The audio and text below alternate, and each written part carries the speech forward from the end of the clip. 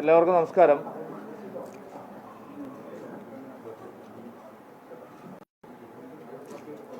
സംസ്ഥാനത്തെ രാഷ്ട്രീയ സാഹചര്യങ്ങൾ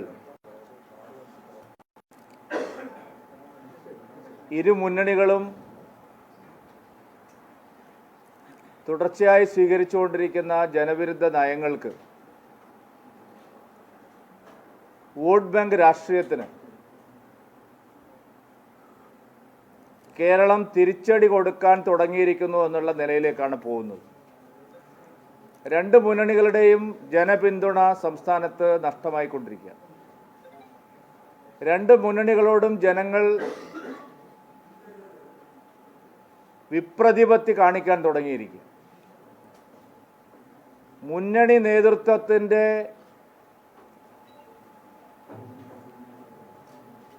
നിലപാടുകളെ പരസ്യമായി ചോദ്യം ചെയ്യാൻ കേരളത്തിലെ സാധാരണ ജനങ്ങൾ തയ്യാറായിരിക്കുന്നു എന്നുള്ളതാണ് ഈ അടുത്ത കാലത്ത് കേരളത്തിൽ കണ്ടുകൊണ്ടിരിക്കുന്ന ഏറ്റവും പ്രധാനപ്പെട്ട സവിശേഷമായ രാഷ്ട്രീയ സാഹചര്യം. കഴിഞ്ഞ കുറച്ചു കാലമായി ഇരു മുന്നണികളുടെയും നിലപാടുകളോട് കേരളത്തിലെ മഹാഭൂരിപക്ഷം വരുന്ന സാധാരണ ജനങ്ങളും യോജിക്കുന്നില്ല എന്നുള്ള സാഹചര്യമാണ് സംസ്ഥാനത്തുള്ളത്. ഇതിലേറ്റവും പ്രധാനപ്പെട്ട ഒരു സംഭവം, അയോധ്യയിലെ പ്രാണപ്രതിഷ്ഠയോടനുബന്ധിച്ച് വളരെ പ്രകടമായി സംസ്ഥാനത്തെ മുന്നണികളുടെ നിലപാടുകൾ ജനങ്ങൾ തള്ളിക്കളയുന്നത് നാം കണ്ടു. അയോധ്യയിലെ പ്രാണപ്രതിഷ്ഠയ്ക്കെതിരായിട്ടുള്ള രാഷ്ട്രീയ നിലപാടാണ് ഇടതുപക്ഷ മുന്നണിയും ഐക്യമുന്നണിയും കേരളത്തിൽ സ്വീകരിച്ചത്. സാധാരണ നിലയ്ക്ക് കേരളത്തിലെ രണ്ട് മുന്നണികളും സമാനമായ ഒരു നിലപാട് സ്വീകരിക്കുമ്പോൾ മഹാഭൂരിപക്ഷം വരുന്ന ജനങ്ങളും അതിനോട് അനുകൂലമായ ഒരു നിലപാടാണ് സ്വീകരിക്കാറുള്ളത്. എന്നാൽ കേരളത്തിലെ രണ്ട് മുന്നണികളും അതിശക്തമായ നിലപാട് അയോധ്യയുടെ കാര്യത്തിൽ സ്വീകരിച്ചപ്പോൾ കേരളത്തിലെ മഹാഭൂരിപക്ഷം ജനങ്ങളും ആ നിലപാടിനൊപ്പം നിന്നില്ല. പകരം നരേന്ദ്രമോദിയുടെയും BJPയുടെയും നിലപാടിനൊപ്പമാണ് നിന്നത്. അയോധ്യയിലെ പ്രാണപ്രതിഷ്ഠയുമായി സഹകരിക്കേണ്ടതില്ല, അയോധ്യയിൽ പോകാൻ ഞങ്ങളില്ല എന്നുള്ള നിലപാട് രണ്ട് മുന്നണികളും സ്വീകരിച്ചു. വളരെ ശക്തമായിട്ട് അതിനെ വിമർശിച്ചു. പ്രധാനമന്ത്രിയും BJPയും ആരാധനാലയങ്ങളെ ഉപയോഗിച്ച് രാഷ്ട്രീയം കളിക്കുകയാണ് എന്ന് പരസ്യമായി LDFും UDFും പറഞ്ഞു. എന്നാൽ കേരളത്തിലെ ജനങ്ങൾ നിങ്ങളുടെ നിലപാടല്ല ശരി, മോദിയുടെയും BJPയുടെയും നിലപാടാണ് ശരി എന്നുള്ള വിലയിരുത്തലിലാണ് എത്തിയത്. എല്ലാവരും എതിർത്തിട്ടും കേരളത്തിലെ പൊതുസമൂഹത്തിൻ്റെ പ്രതിനിധികൾ എല്ലാവരും അയോധ്യയിലെ പ്രാണപ്രതിഷ്ഠയ്ക്ക് അനുകൂലമായി രംഗത്ത് വന്നു.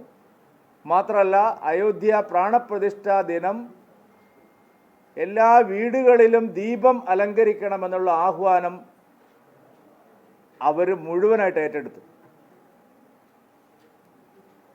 LDFും UDFും എതിർത്തിട്ടും SNDP ശക്തമായ നിലപാട് സ്വീകരിച്ചു.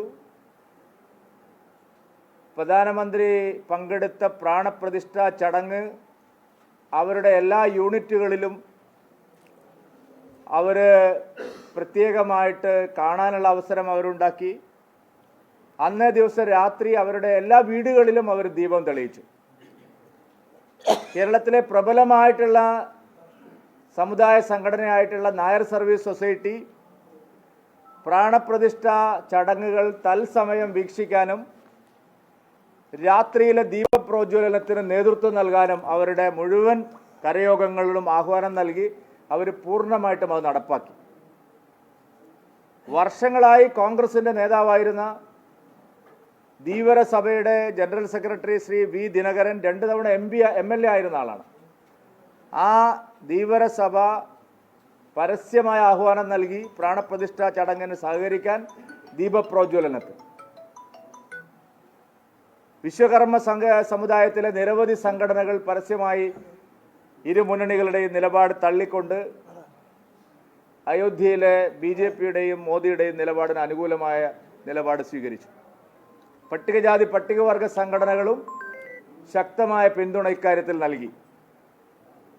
മതന്യൂനപക്ഷങ്ങളുടെ സംഘടനകൾ പോലും, ചില ക്രൈസ്തവ സംഘടനകൾ പോലും പരസ്യമായി മോദിയുടെ നിലപാടിനെ അനുകൂലിച്ചുകൊണ്ട് രംഗത്ത് വന്നത് നാം കണ്ടു. സാമൂഹ്യ സാംസ്കാരിക രംഗത്തെ പ്രമുഖരായിട്ടുള്ള വ്യക്തികൾ പലരും രാഷ്ട്രീയമായി BJPയോട് ഇക്കാലം അത്രയും യോജിച്ചിട്ടില്ലാത്ത പ്രമുഖരായിട്ടുള്ള ചലച്ചിത്ര താരങ്ങൾ, സാംസ്കാരിക നായകന്മാർ, സാമൂഹ്യ രംഗത്തെ പ്രമുഖരായിട്ടുള്ള വ്യക്തികൾ, സംഘടനകൾ, ഇവരെല്ലാവരും ഈ ഒരു വിഷയത്തിൽ അതിശക്തമായ പിന്തുണ ശ്രീ നരേന്ദ്രമോദിക്കും BJPയുടെ നിലപാടിനും നൽകി എന്നുള്ളത് മുന്നണികൾക്കേറ്റ ഏറ്റവും വലിയ തിരിച്ചടിയാണ്. ഇരു മുന്നണികളുടെയും തിട്ടൂരം അംഗീകരിക്കാൻ സാധാരണ ജനങ്ങൾ തയ്യാറില്ല എന്നുള്ള വ്യക്തമായ സന്ദേശമാണ് അയോധ്യയിലെ പ്രാണപ്രതിഷ്ഠ നൽകുന്നത്. പൂർണ്ണമായിട്ടും തെറ്റായ ഒരു നടപടിയാണ് ഇരു മുന്നണി നേതൃത്വവും കേരളത്തിൽ സ്വീകരിച്ചത്. ഭൂരിപക്ഷ സമുദായത്തിൻ്റെ വികാരങ്ങളെ ചവിട്ടി മെതിക്കുന്ന നടപടി ഇനി കേരളം അംഗീകരിക്കില്ല എന്നുള്ള താക്കീതാണ് യഥാർത്ഥത്തിൽ കേരളം കഴിഞ്ഞ 22-ാം തീയതി നൽകിയത്. ഒരു മാറ്റത്തിൻ്റെ വ്യക്തമായ സൂചനയാണ് ഇത് കാണിക്കുന്നത്. പ്രധാനമന്ത്രി ശ്രീ നരേന്ദ്രമോദിജി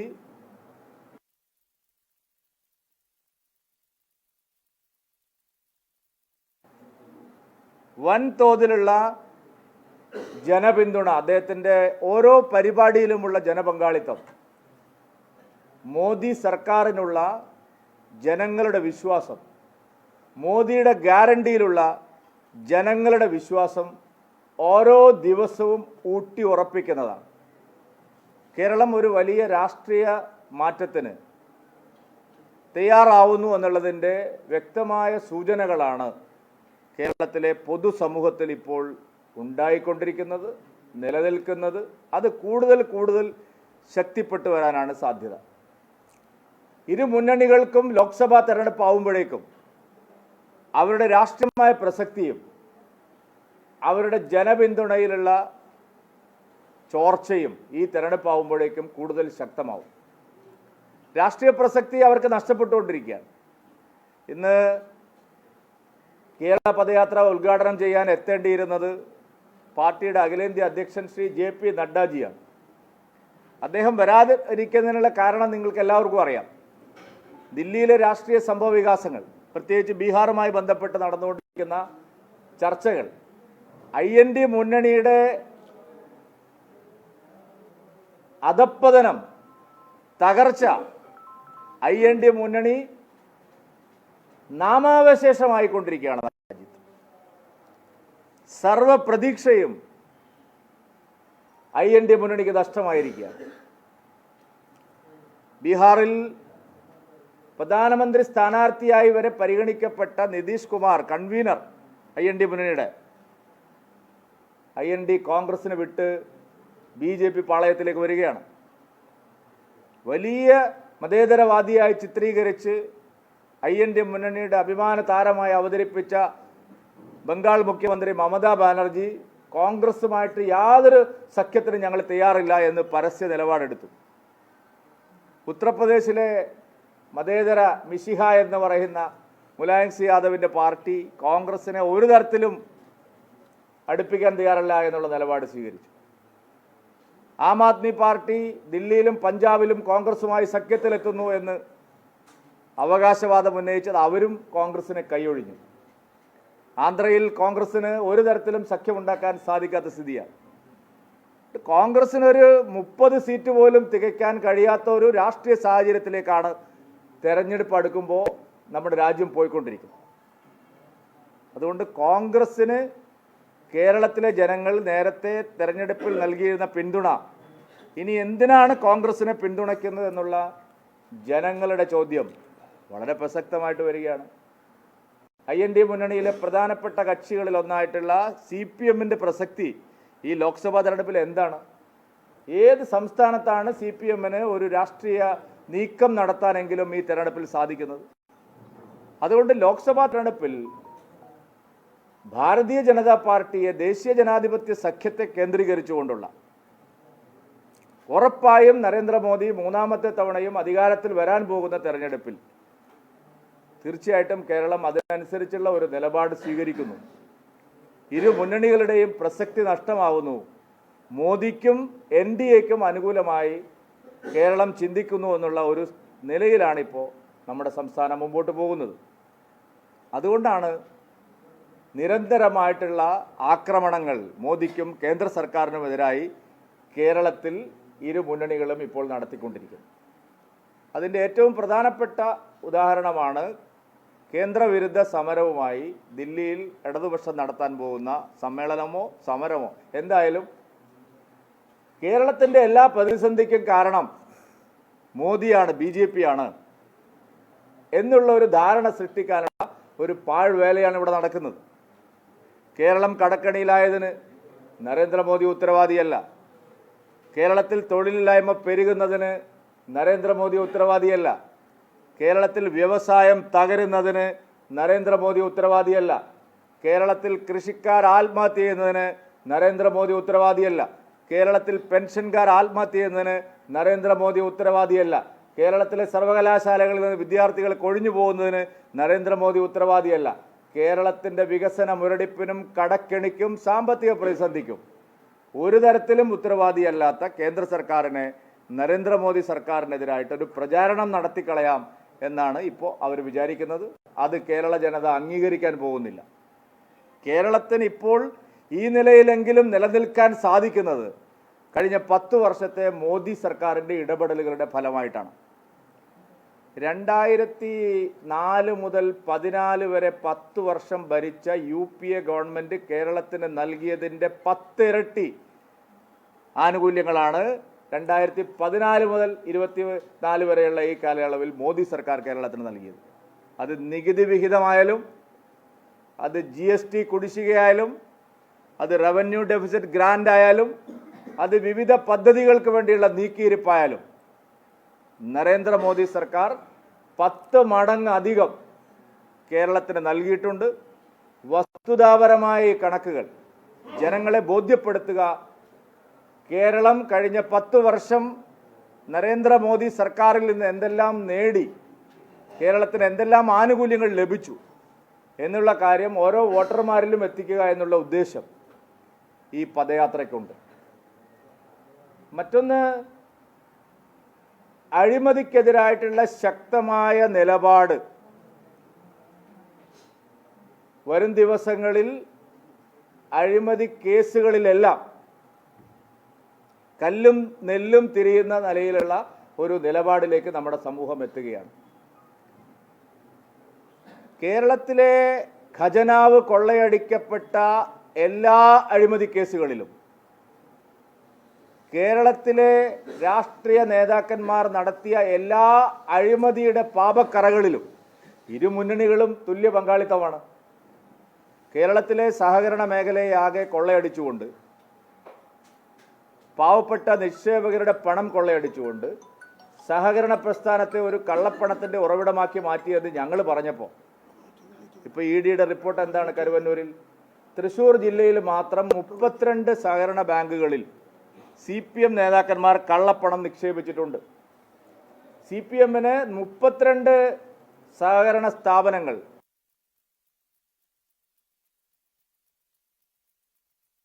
മാത്രം തൃശ്ശൂർ ജില്ലയിൽ ഉണ്ട് എന്നാണ് ED കണ്ടെത്തിയിരിക്കുന്നത്.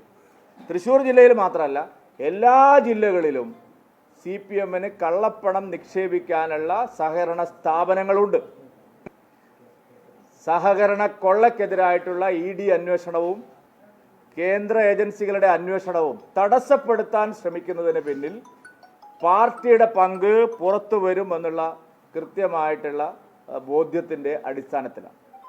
ഈ വിഷയത്തിൽ കോൺഗ്രസിനും ഒന്നും തന്നെ ഒരു ധാർമ്മിക നിലപാട് സ്വീകരിക്കാൻ കഴിയില്ല. കോൺഗ്രസും പല സഹകരണ അഴിമതിയിലും നേരിട്ട് പങ്കാളികളായിട്ടുള്ളത്. ഈ അഴിമതിക്കെതിരായിട്ടുള്ള പോരാട്ടം ശക്തിപ്പെടും നമ്മുടെ നാട്ടിൽ.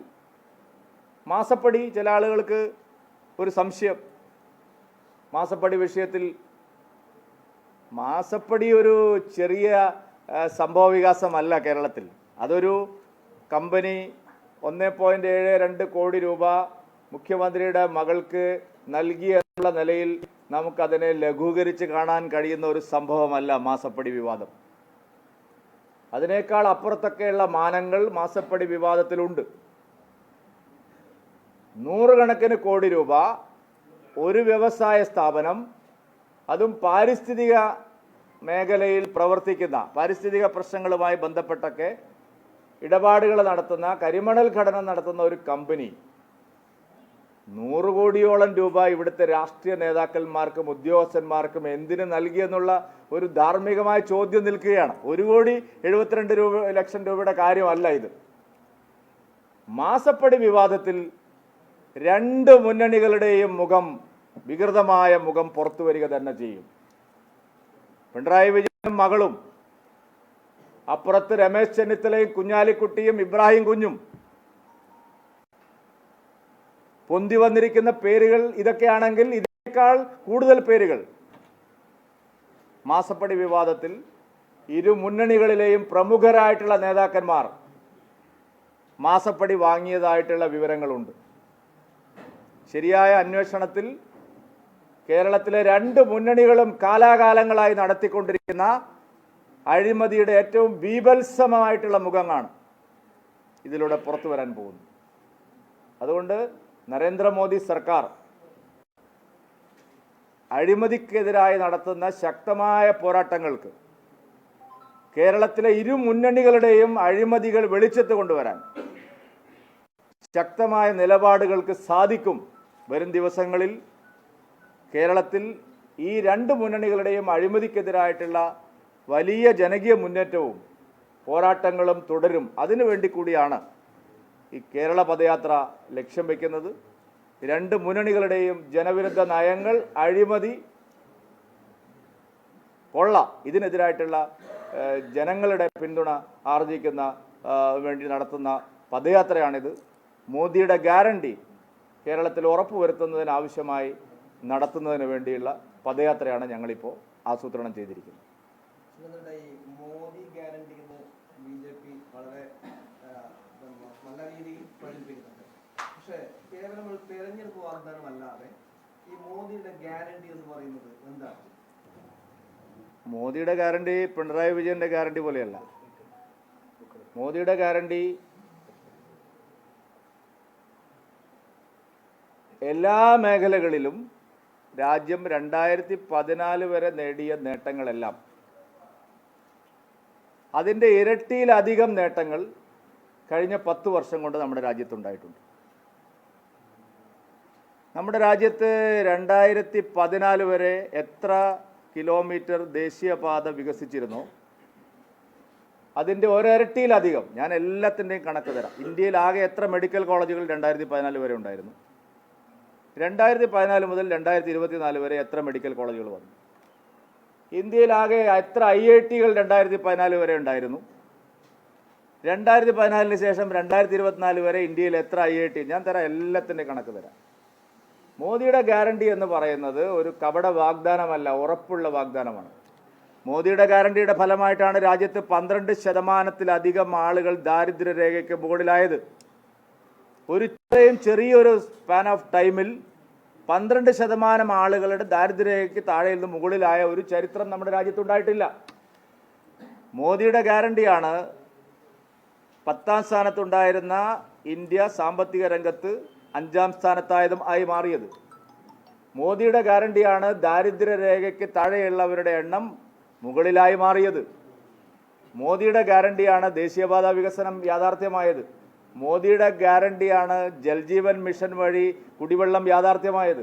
അങ്ങനെ എല്ലാ മേഖലകളിലും മോദിയുടെ ഗ്യാരണ്ടി ഉറപ്പുള്ള ഗ്യാരണ്ടിയാണ്.